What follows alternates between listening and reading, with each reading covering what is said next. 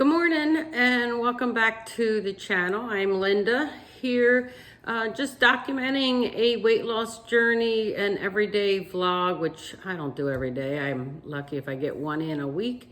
I will try to do better. And also just some stuff here in Myrtle Beach for those who are looking to travel here for a vacation, stuff like that. All right, so this is a week 2 update. Didn't go so well at all. I got to the point where, so on BBBE, you really aren't hungry at all. And, it's funny because, when you're a larger person, people think you just sit around and stuff your face all day, but I'm not really a very big eater. So with the way that BBBE works is, you're supposed to eat until you're full. Well, there's a lot of times that I'm only taking 4 or 5 bites and I'm like, I can't eat anymore. And maybe it's because I'm not a huge meat eater, but, I do think it really does control your appetite and stuff like that. Dr. Ken Berry believes that, you just eat until you are comfortably stuffed. And again, check out his channel for everything on BBBE. It's, he does a really good job with all kinds of things, anything that's wrong. And he's so honest. I love that. So I went probably like 4 days and I hadn't really eaten much at all. And then the next day I just was like hungry. And I don't even know if it was really hunger pains or if it was more mentally hungry. I'm not really sure. I'm dealing with a few things in my life too that's kind of stressful. So I don't know if it's just that too. But I ate some things and then I ate some more things. And then I ended up eating a pumpkin cupcake, which I'm not sure if too many people are familiar with AFib or not, but I have a lot of heart issues. So because I hadn't consumed any sugar for 2 weeks, I had that cupcake and boy, did my heart go into AFib, and it stayed there for about 16 hours. Now I do have a pacemaker, so it should have adjusted that, but it didn't. So I'm not exactly sure what's going on there either. So I learned a big lesson. So, when you go on like a BBBE program and you're not consuming any carbs at all, when you do eat something with sugar in it, your body just reacts like crazy. Like, why are you putting that stuff in your body? Because I don't like it. And that's never really, like, I've always known that sugar does affect AFib. But I can tell you, like, I was never one to just stuff my face with sugar either. Why did I want the pumpkin cupcake? I have not a clue, because really the BBBE does make you so satisfied. So I really think it was more of a mental thing, like I just wanted the cupcake and that's just the way that it is. I think when you start any kind of program, those first few weeks are really tough. You're giving up everything you like. You're giving up any kind of social aspect of going out to lunch with friends or going out to dinner with family. And I think that makes a huge difference. So the other night too, we decided, I had gotten done work early and we decided to go to Outback for dinner. Outback is one of our favorite steak places. The steaks are usually good, priced reasonably.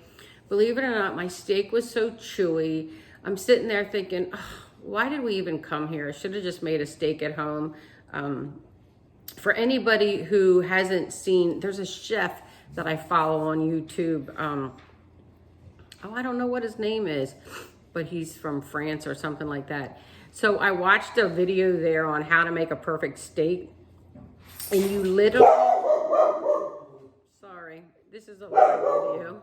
The dog found something that she wanted to work at. You literally salt the steak front and back. I mean, a lot of salt. And you might think that the salt will make the steak really salty in flavor. It does not. It makes your steak so moist and tender. I mean, you could cut your steak with a butter knife. This is how much it does. So now I marinate all of my steaks in this just salt, and they come out wonderful. So now will I go back to Outback for more steaks? I don't know if I will or not. Just depends. Okay, so back to the week 2. So week 2 didn't lose one thing, and I deserve every bit of that. You know, when you eat one cupcake, I mean, that'll just do it for you. You know, you work really hard all week long, and then you sabotage yourself with one cupcake. But I'm 60 years old, and at this point in my life, I have been dieting for ever and ever and ever. Probably my whole adult life I've been dieting. So there's been a lot of times I've been out and, you know, and you sit there and everybody else is enjoying all the food that they're eating and you're sitting there eating lettuce or whatever. And, you know, it just isn't really fun. So I have decided that at 60 years of age, I'm going to do whatever I want to do. Yes. Do I want to desperately lose weight? I certainly do.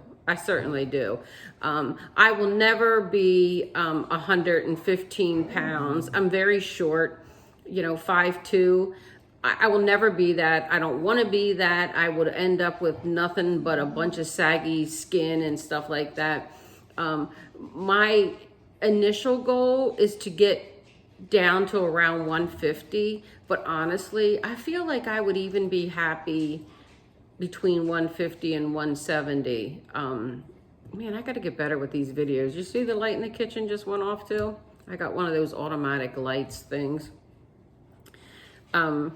So my goal is not to be this thin person, because at my age, I mean, I just would end up with nothing but saggy everything and stuff. So I just want to feel better and look a little better. You know what I mean? So I'm just going to try to do the best that I can. And basically that's all I can say about it. I mean, I just don't really know what else more. You know, I can sit here and say, oh, you're a failure because, you know, week 2, you've already had a cupcake. You know what? But I've been a failure at this for 40 years now. So I don't want to continue beating myself up about the fact that I'm a failure because I had a cupcake. Do I want the cupcake again? No, not after 16 hours of AFib. I don't think I want that doggone cupcake because, you know, that makes you exhausted and you feel crappy and I just felt horrible all day on Saturday. So anyway, I think, you know, that for anybody who's watching this, when you fall off, just say, okay, you fell off. And then, you know, you get back, you know, just go right back on either the next meal or the next day, depending on how much you're eating. I know that with the BBBE, I feel like I'm doing a good 18, 20 hours of intermittent fasting because you know, you're just not really hungry.